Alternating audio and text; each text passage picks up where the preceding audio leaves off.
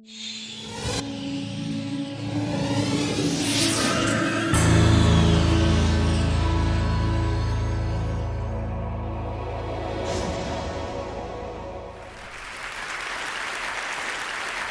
all make decisions every day. We want to know what the right thing is to do in domains from the financial to the gastronomic to the professional to the romantic.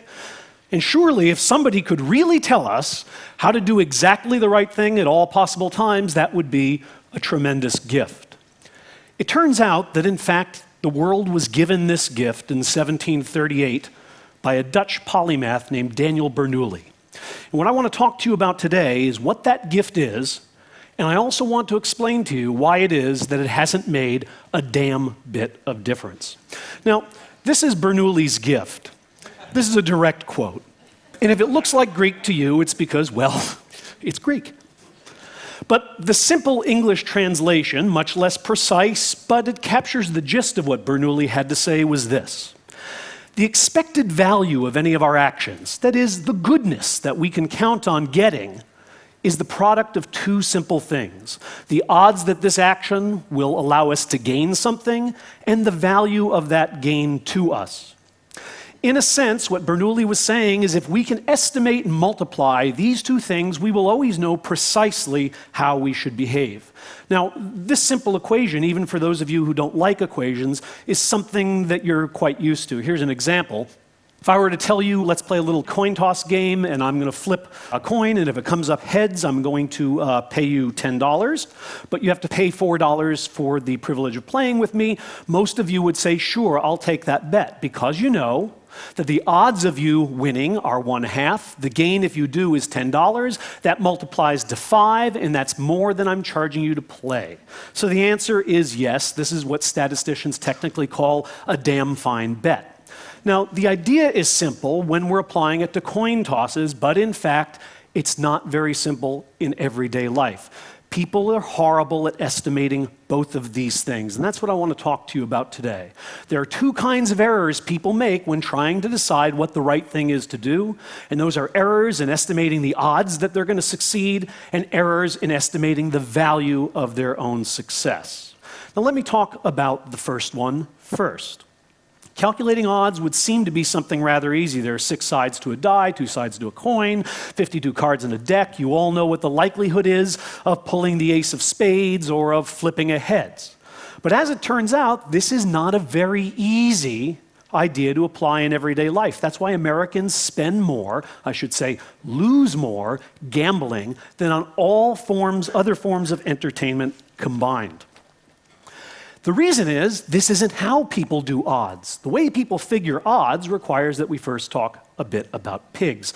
Now, the question I'm going to put to you is whether you think there are more dogs or pigs on leashes observed in any particular day in Oxford. And of course, you all know that the answer is dogs. And the way you know that the answer is dogs is you quickly reviewed in memory the times you've seen dogs and pigs on leashes. It was very easy to remember seeing dogs, not so easy to remember pigs, and each one of you assumed that if dogs on leashes came more quickly to your mind, then dogs on leashes are more probable.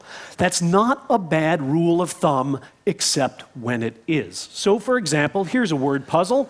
Are there more 4-letter English words with R in the third place or R in the first place? Well, you check memory very briefly, make a quick scan, and it's awfully easy to say to yourself, ring, rang, rung, and very hard to say to yourself, bear, park. They come more slowly. But in fact, there are many more words in the English language with R in the third than the first place. The reason words with R in the third place come slowly to your mind isn't because they're improbable, unlikely, or infrequent. It's because the mind recalls words by their first letter. You kind of shout out the sound, and the word comes. It's like the dictionary. It's hard to look things up by the third letter. So this is an example of how this idea that the quickness with which things come to mind can give you a sense of their probability, how this idea can lead you astray. It's not just puzzles, though. For example, when Americans are asked to estimate the odds that they will die in a variety of interesting ways, these are estimates of number of deaths per year per 200 million US citizens. And these are just ordinary people like yourselves who are asked to guess how many people die from tornado, fireworks, asthma, drowning, etc. Compare these to the actual actual numbers. Now you see a very interesting pattern here, which is, first of all, two things are vastly overestimated, namely tornadoes and fireworks. Two things are vastly underestimated, dying by drowning and dying by asthma. Why? When was the last time you picked up a newspaper and the headline was, "Boy dies of asthma"? It's not interesting because it's so common. It's very easy for all of us to bring to mind instances of news stories or newsreels where we've seen tornadoes devastating cities, or some poor schmuck who's blown his hands off with a firework on the 4th of July. Drownings and asthma deaths don't get much coverage. They don't come quickly to mind, and as a result, we vastly underestimate them. Indeed, this is kind of like the Sesame Street game of which thing doesn't belong. And you're right to say it's the swimming pool that doesn't belong, because the swimming pool is the only thing on this slide that's actually very dangerous. The way that more of you are likely to die than the combination of all three of the others you see on this slide. The lottery is an excellent example, of course, an excellent test case of people's ability to compute probabilities. And economists, forgive me for those of you who play the lottery, but economists, at least among themselves, refer to the lottery as a stupidity tax, because the odds of getting any payoff by investing your money in a lottery ticket are approximately equivalent to flushing the money directly down the toilet, which, by the way, doesn't require that you actually go to the store and buy anything. Why in the world would anybody ever play the lottery? Well, there are many answers, but one answer surely is we see a lot of winners, right? When this couple wins the lottery, or Ed McMahon shows up at your door with this big giant check. How the hell do you cash things that size? I don't know. We see this on TV. We read about it in the paper. When was the last time that you saw extensive interviews with everybody who lost? Indeed, if we required that television stations run a 30-second interview with each loser every time they interview a winner, the 100 million losers in the last lottery would require 9.5 years of your undivided attention just to watch them say, "Me, I lost. Me, I lost." Now, if you watch 9.5 years of television, no sleep, no potty breaks, and you saw loss after loss after loss, and then at the end there's 30 seconds of, "and I won," the likelihood that you would play the lottery is very small. Look, I can prove this to you. Here's a little lottery. There's 10 tickets in this lottery. 9 of them have been sold to these individuals. It costs you $1 to buy the ticket, and if you win, you get $20. Is this a good bet? Well, Bernoulli tells us it is. The expected value of this lottery is $2. This is a lottery in which you should invest your money. And most people say, "Okay, I'll play." Now, a slightly different version of this lottery. Imagine that the 9 tickets are all owned by one fat guy named Leroy.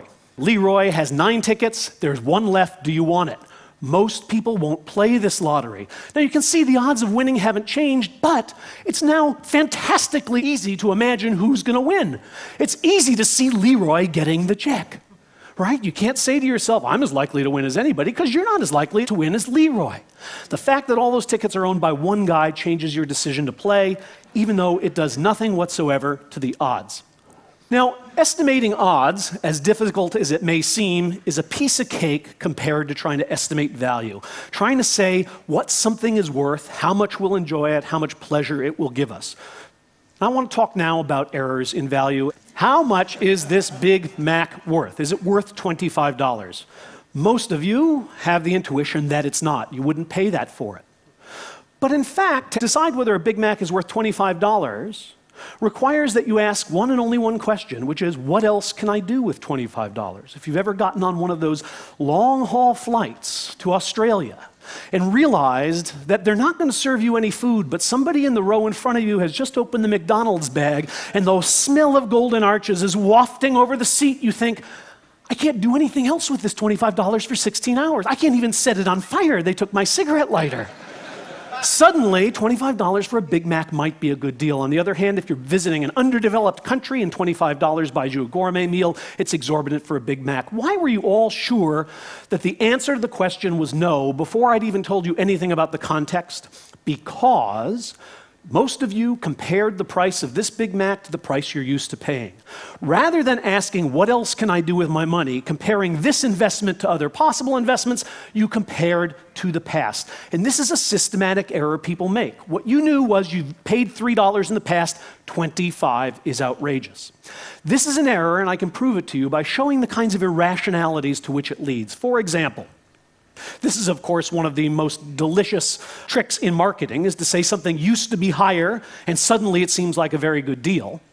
When people are asked about these two different jobs, a job where you make 60K, then 50K, then 40K, a job where you're getting a salary cut each year, and one in which you're getting a salary increase, people like the second job better than the first, despite the fact that all told they make much less money. Why? Because they have the sense that declining wages are worse than rising wages, even when the total amount of wages is higher in the declining period. Here's another nice example. Here's a $2,000 Hawaiian vacation package. It's now on sale for $1,600. Assuming you wanted to go to Hawaii, would you buy this package? Most people say they would. Here's a slightly different story. $2,000 Hawaiian vacation package is now on sale for $700, so you decide to mull it over for a week. By the time you get to the ticket agency, the best fares are gone. The package now costs $1,500. Would you buy it? Most people say no. Why? Because it used to cost $700, and there's no way I'm paying $1,500 for something that was $700 last week. This tendency to compare to the past is causing people to pass up the better deal. In other words, a good deal that used to be a great deal is not nearly as good as an awful deal that was once a horrible deal. Here's another example of how comparing to the past can befuddle our decisions. Imagine that you're going to the theater. You're on your way to the theater. In your wallet, you have a ticket for which you paid $20. You also have a $20 bill. When you arrive at the theater, you discover that somewhere along the way, you've lost the ticket. Would you spend your remaining money on replacing it? Most people answer no. Now, let's just change one thing in this scenario.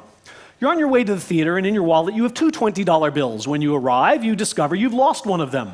Would you spend your remaining $20 on a ticket? People say, well, of course, I went to the theater to see the play. What does the loss of $20 along the way have to do? Now, just in case you're not getting it, here's a schematic of what happened, okay?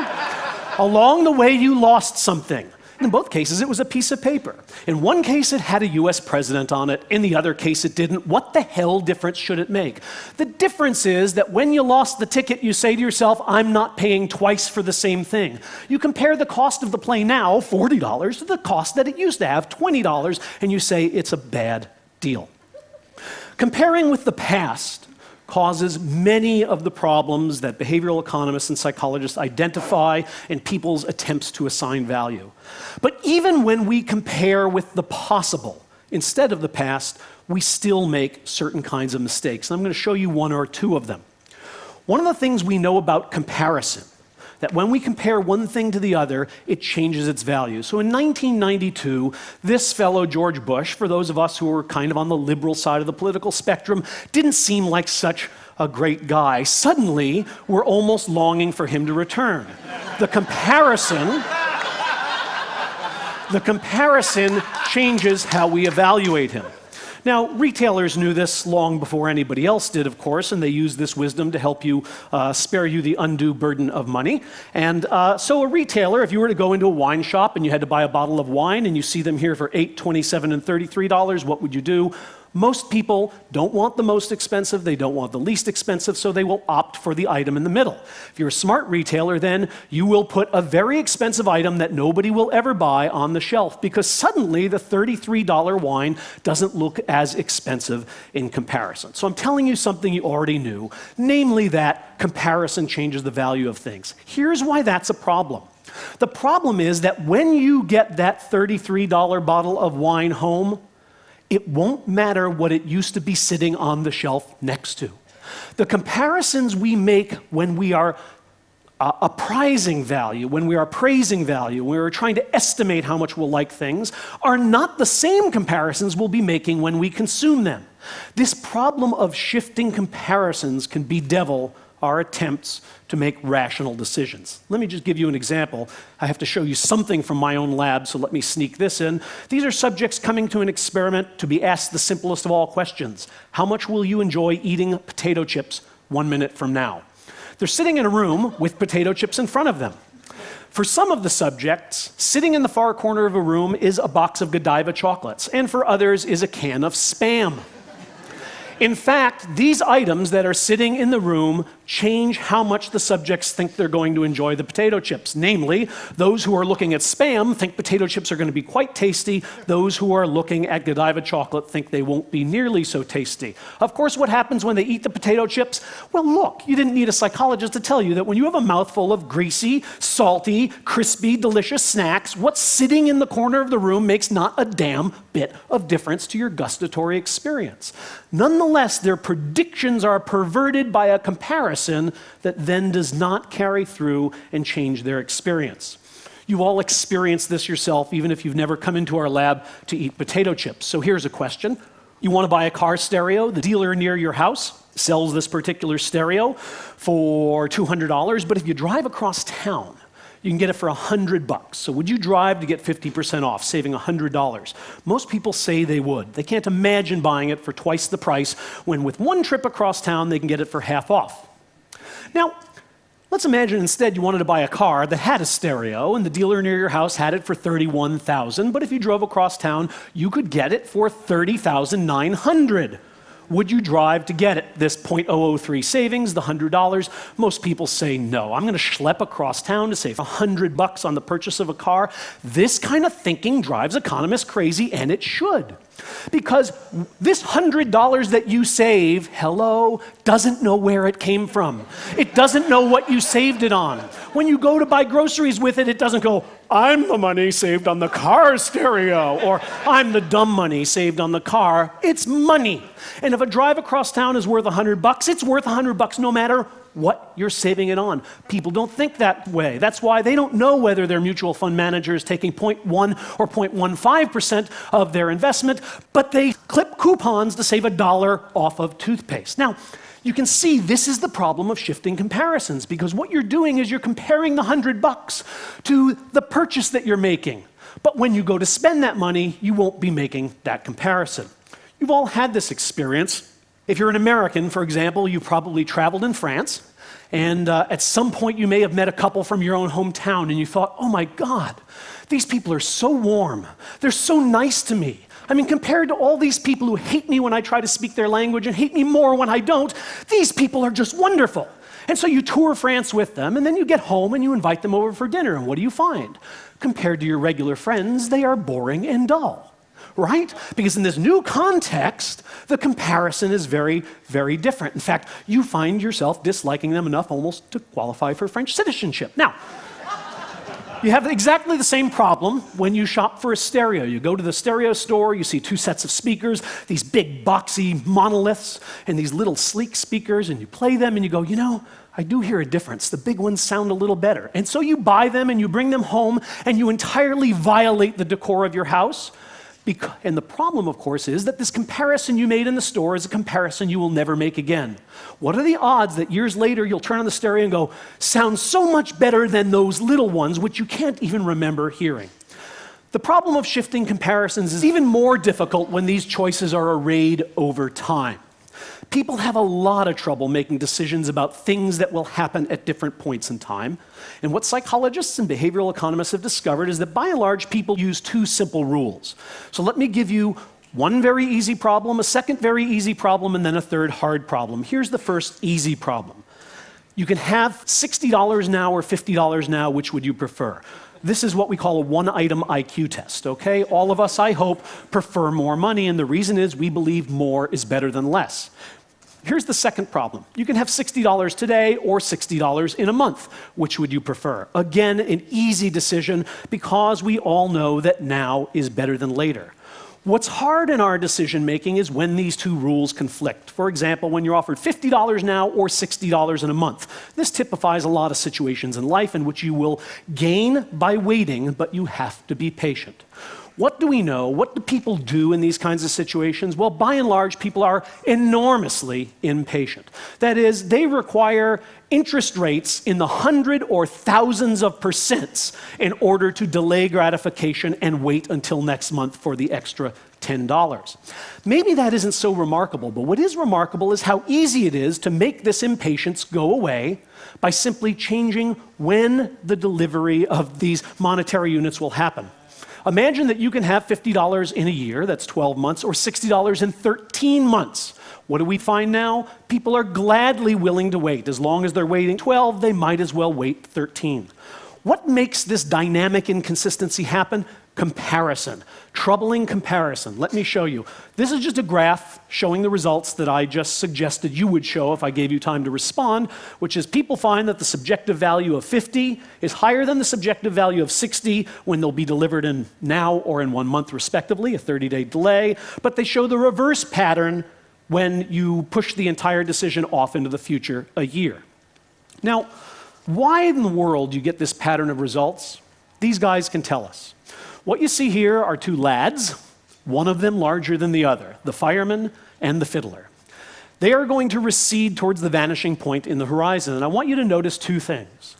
At no point will the fireman look taller than the fiddler. No point. However, the difference between them seems to be getting smaller.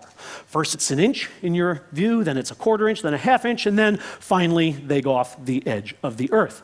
Here are the results of what I just showed you. This is the subjective height, the height you saw of these guys at various points. And I want you to see that two things are true. One, the farther away they are, the smaller they look. And two, the fireman is always bigger than the fiddler. But watch what happens when we make some of them disappear.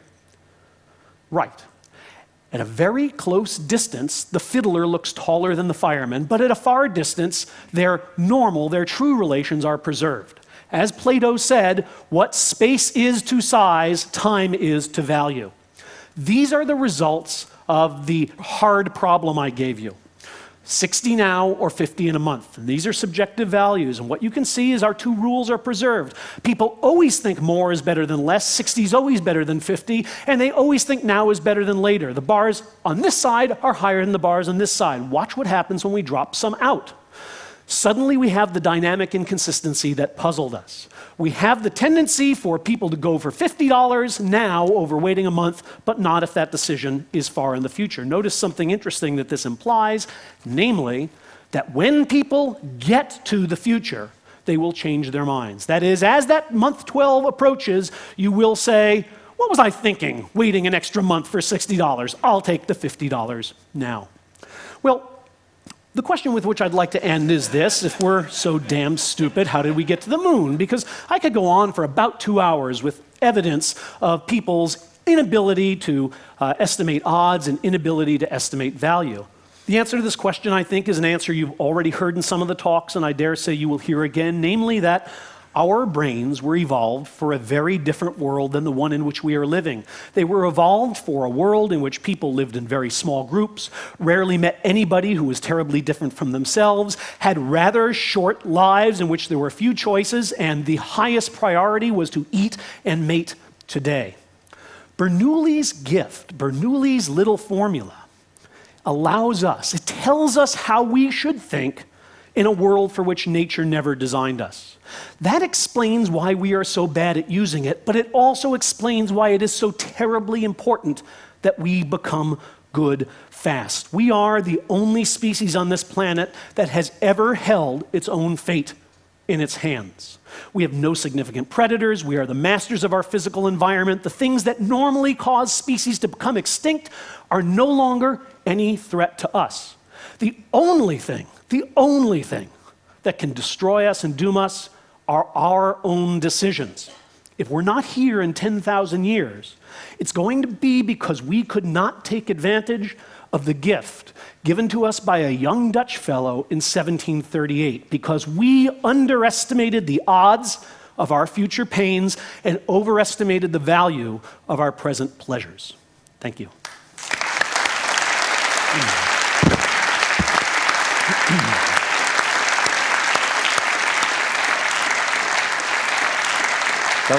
That was remarkable. We have time for some questions for Dan Gilbert. 1 and 2. Bill Liao, would you say that this mechanism is in part how terrorism actually works to frighten us? And is there some way that we could counteract that? I actually was consulting recently with the Department of Homeland Security, which generally believes that American security dollars should go to making borders safer. I tried to point out to them that terrorism was a name based on people's psychological reaction to a set of events, and that if they were concerned about terrorism, they might ask what causes terror and how can we stop people from being terrified, but in addition to stopping the atrocities that we're all concerned about. Surely the kinds of a play that at least American media give to, and forgive me, but in raw numbers, these are very tiny accidents. We already know, for example, in the United States, that more people have died as a result of not taking airplanes because they're scared and driving on highways than were killed in 9/11. Okay? If I told you that there was a plague that was going to kill 15,000 Americans next year, you might be alarmed if you didn't find out it was the flu. These are small-scale accidents, and we should be wondering whether they should get the kind of play, the kind of coverage that they do. Surely that causes people to overestimate the likelihood that they'll be hurt in these various ways and gives power to the very people who want to frighten us. I'd like to hear more on this. So you're saying that our response to terror is, I mean, it's a form of mental bug. Talk more about it. It's outsized. I mean, look, if Australia disappears tomorrow, terror is probably the right response. That's an awful large lot of very nice people. On the other hand, when a bus blows up and 30 people are killed, more people than that were killed by not using their seatbelts in the same country. Is terror the right response? What causes the bug? Is it the drama of the event, that it's so spectacular? Is it the fact that it's an intentional attack by, quote, outsiders? What is it? Yes. It's a number of things, and you hit on several of them. First, it's a human agent trying to kill us. It's not a tree falling on us by accident. Second, these are enemies who may want to strike and hurt us again. People are being killed for no reason instead of good reason, as if there's good reason, but sometimes people think there are. So there are a number of things that together make this seem like a fantastic event. But let's not play down the fact that newspapers sell when people see something in it they want to read. So there's a large role here played by the media who want these things to be as spectacular as they possibly can. I mean, what would it take to persuade our culture to downplay it? Well, go to Israel. You know, go to Israel and a mall blows up and then everybody's unhappy about it, and an hour and a half later, at least when I was there, and I was 150 feet from the mall when it blew up, I went back to my hotel, and the wedding that was planned was still going on. And as the Israeli mother said, we never let them win by stopping weddings. I mean, this is a society that's learned, and there are others too, that has learned to live with a certain amount of terrorism and not be quite as upset by it, shall I say, as those of us who've not had many terror attacks. But is there a rational fear that actually the reason we're frightened about this is because we think that the big one is to come? Yes, of course. So if we knew that this was the worst attack there would ever be, there might be more and more buses of 30 people, we would probably not be nearly so frightened. I don't want to say, please, I'm going to get quoted somewhere as saying terrorism is fine and we shouldn't be so distressed. That's not my point at all. What I'm saying is that surely rationally, our distress about things that happen, about threats, should be roughly proportional to the size of those threats and threats to come. I think in the case of terrorism, it isn't. And many of the things we've heard about from our speakers today, how many people do you know got up and said, poverty, I can't believe what poverty is doing to this. People get up in the morning, they don't care about poverty. It's not making headlines, not making news, it's not flashy, there are no guns going off. I mean, if you had to solve one of these problems, Chris, which would you solve, terrorism or poverty?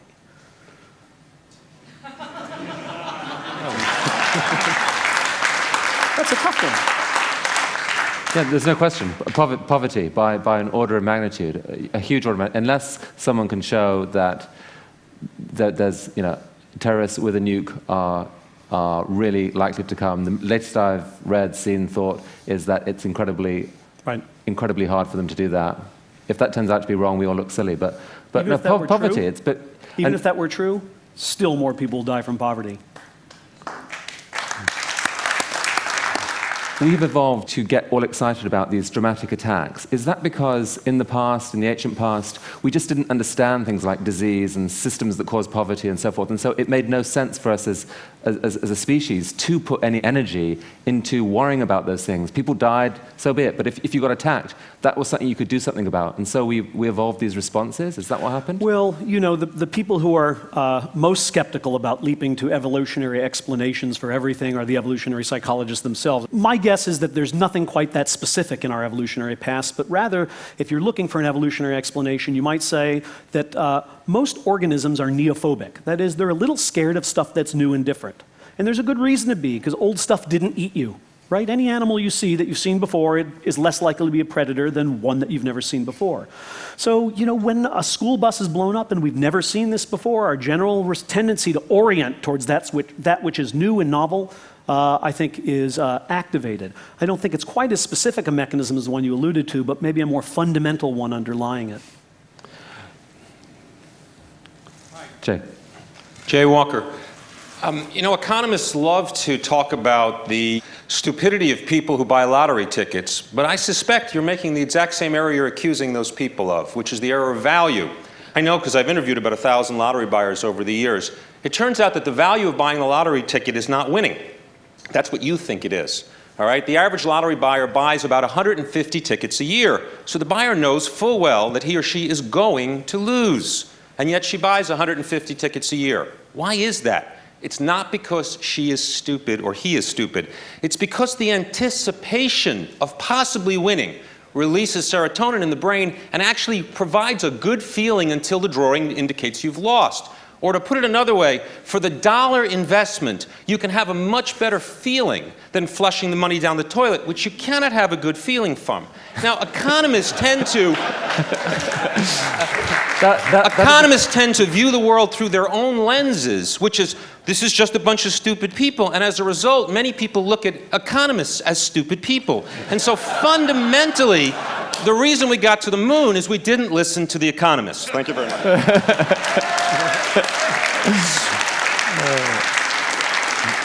Well, it's a great point. It remains to be seen whether the joy of anticipation is exactly equaled by the amount of disappointment after the lottery. Because remember, people who didn't buy tickets don't feel awful the next day either, even though they don't feel great during the drawing. I would disagree that people know they're not going to win. I think they think it's unlikely, but it could happen, which is why they prefer that to the flushing. But certainly I see your point, that there can be some utility to buying a lottery ticket other than winning. Now, I think there's many good reasons not to listen to economists. That isn't one of them for me, but there's many others. Last question. My name's Aubrey Gray from Cambridge. I work on the thing that kills more people than anything else kills. I work on aging, and I'm interested in doing something about it, as we'll all hear tomorrow. I very much resonate with what you're saying, because it seems to me that the problem with getting people interested in doing anything about aging is that by the time aging is about to kill you, it looks like cancer or heart disease or whatever. Do you have any advice? For you or for them? In persuading them. For you in persuading them. Well, it's notoriously difficult to get people to be farsighted. But one thing that psychologists have tried that seems to work is to get people to imagine the future more vividly. One of the problems with making decisions about the far future and the near future is that we imagine the near future much more vividly than the far future.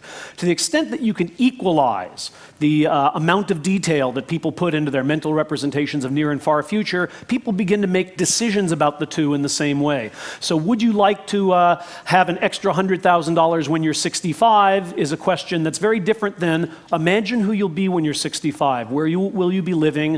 What will you look like? How much hair will you have? Who will you be living with? Once we have all the details of that imaginary scenario, suddenly we feel like it might be important to save so that that guy has a little retirement money. But these are tricks around the margins. I think in general you're battling a very fundamental human tendency, which is to say, I'm here today, and so now is more important than later. Dan, thank you. Members of the audience, that was a fantastic session. Thank you.